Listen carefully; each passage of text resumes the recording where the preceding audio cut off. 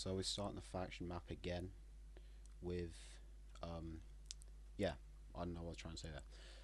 Just need to turn that. I did it like without the Pathfinder this stuff on because it looks nicer. Pathfinder on some islands where it's a bit dodgy. But anyways, as you see, the Western influence is slowly depleting. I mean, it's not really because these guys are still Western. So are these, and so are these to an extent, as well as these. So it's not really diminishing per se, and the Americans are pretty much in their control. But you know what I mean? Like people who are actually influenced by them, or like directly influenced by America, pretty much. It's going down a lot, mainly because of this, and that leads us on to our first point. Funny incident in the Middle East, where the Americans over here wanted to get some of their stuff back, right? So they went over to Israel and said, hey, let's do a joint invasion of this new pact, and then maybe split up the Middle East, and then we can give you a bit of stuff, and help you crack. I'm not gonna say that one. What was I saying about Israel? Well, not give you some stuff, but hey, can you we do an invasion out of you? If not, we probably control you anyways. Actually, it's the other way around. It's Israel and America. Anyways, that's probably a dodgy thing to say, my bad. Yep. And the funny war on terror begins for 20 years early.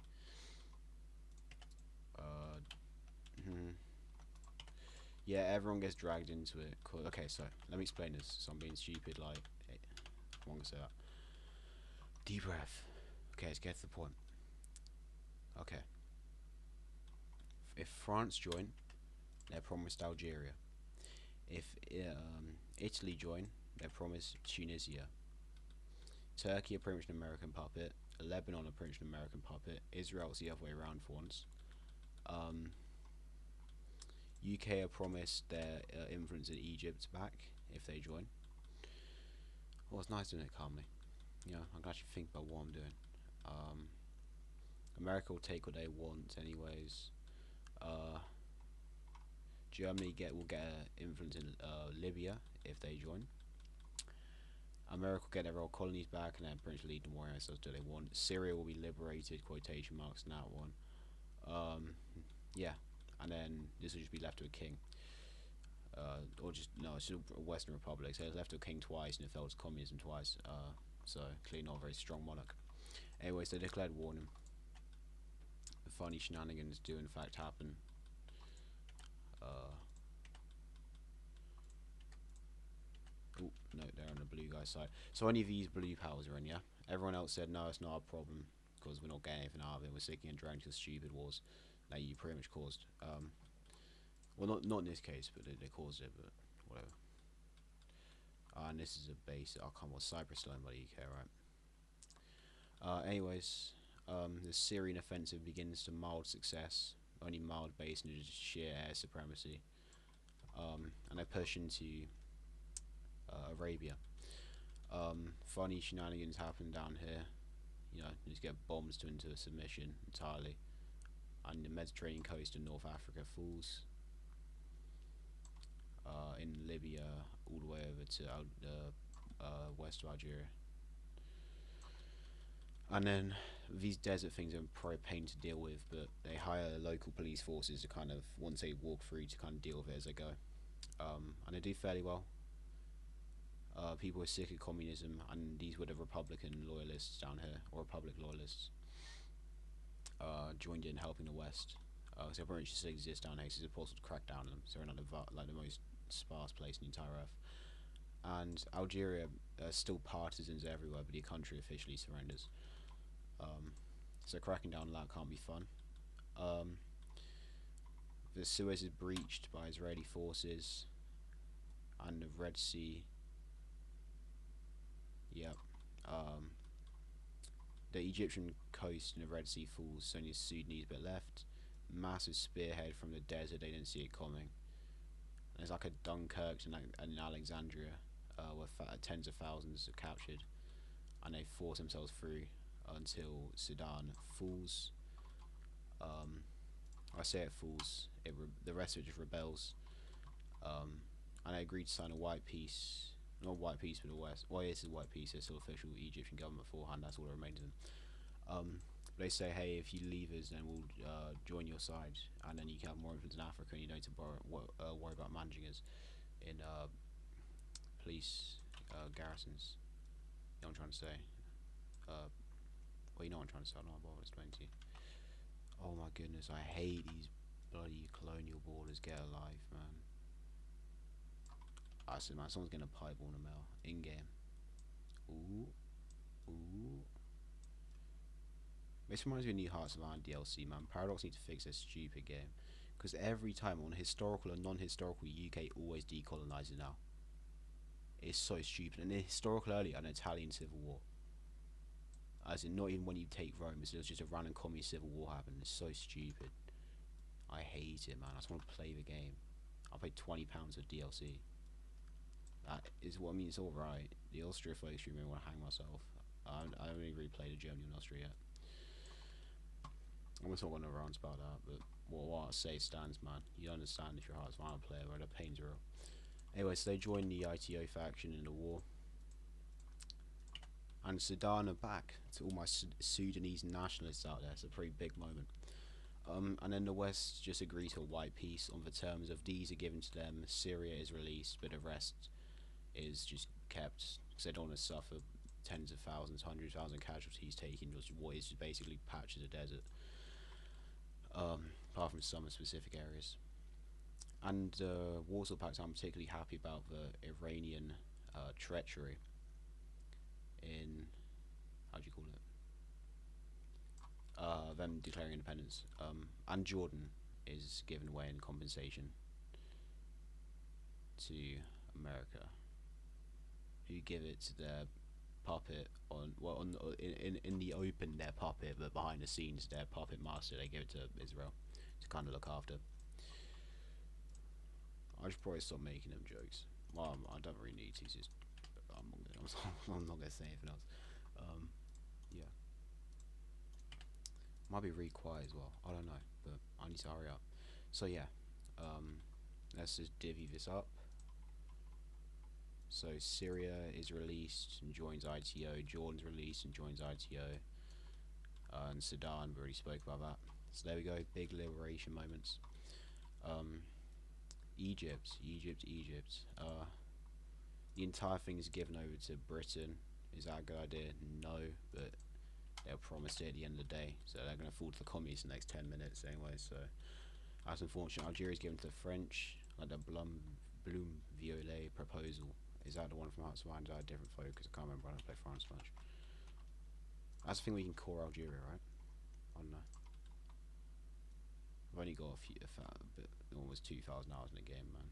I need to get alive. How do I not know what that focus is called? I hate myself in game. Anyways, and okay, so French Algeria, Italian Tunisia, North Africa, British Egypt. That can't go well. Oh well. Yeah, and then free Jordan quotation marks, free Syria quotation marks, free Sudan quotation marks, and I think we get a message. I wanted to do an invasion of China this one, but I don't know what I'm saying. That's kind of breaking the fourth. It's not even a fourth wall, I'll be real. I don't want to do an invasion of China, so it won't make sense. I'm just going to leave them be.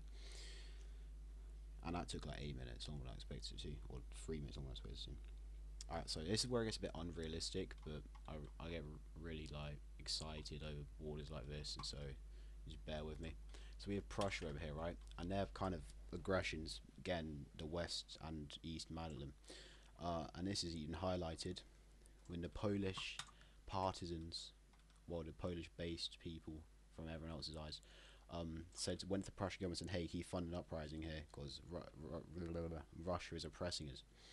And the very kind and generous Prussians agreed. And I'll pull them out of this so I can actually put this in purple. I don't know why I coloured them in. Anyways, big polar moments. Polish War of Independence for a 90th time, this thing. And the Russians at this point, after suffering a bit of a defeat here because of guerrillas, as in guerrilla fighters, they actually went to the Polish government and said, hey, we'll give you entire independences as long as you don't join the ITO and we won't mess with you anymore, because they've had to deal with this 3 or 4 times now and it's killing their economy. And the Polish agreed to what's this, Brest-Litovsk borders. I don't know what I just said. The Molotov-Ribbentrop Pact borders, is it not? What's the significance of these borders? How are they drawn? Hold on, give me a minute, my brain will figure out. So, Polish corridor, East Prussia, Polish corridor, ish.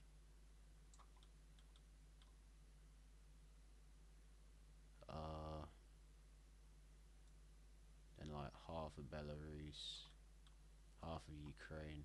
Yeah, so it's a Molotov-Ribbentrop borders, from the Russian perspective. And they are given independence.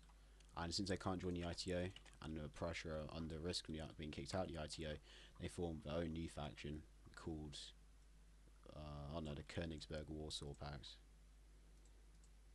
That makes sense. And then even more shenanigans happens with Prussia, let me tell you about that. They start funding separatist uprisings, not funding, but they start kind of spreading propaganda to get them to fund themselves. And some separatist uprisings happen in Germany, in Württemberg. What else did I say? Holstein, and Brandenburg. And as you can imagine, this one dies instantly because they're surrounded. This one dies a bit slower, but relatively quick. But the partisans in Brandenburg actually succeed, and a peace thingy is drawn up. Well, not a very big peace thing, but it's drawn up nonetheless.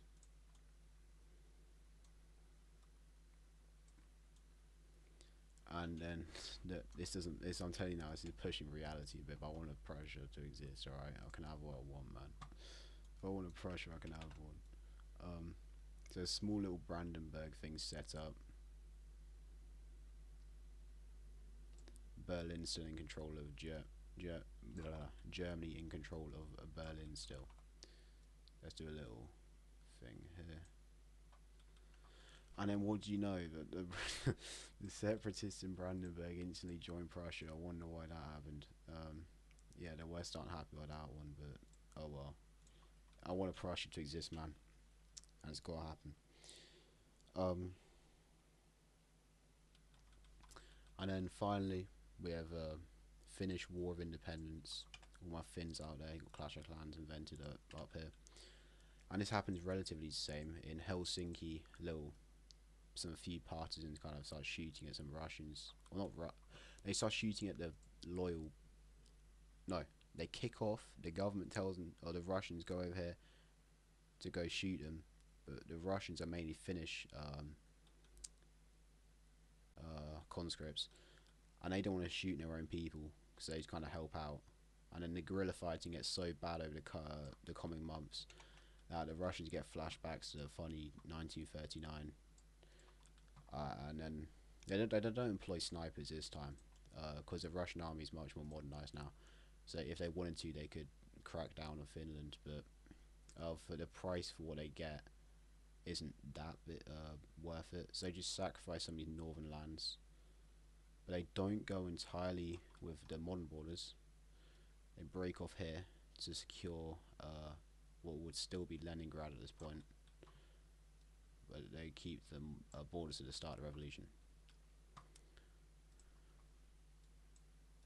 The reason they do this is to secure Leningrad and to secure more the Baltic Sea rather than.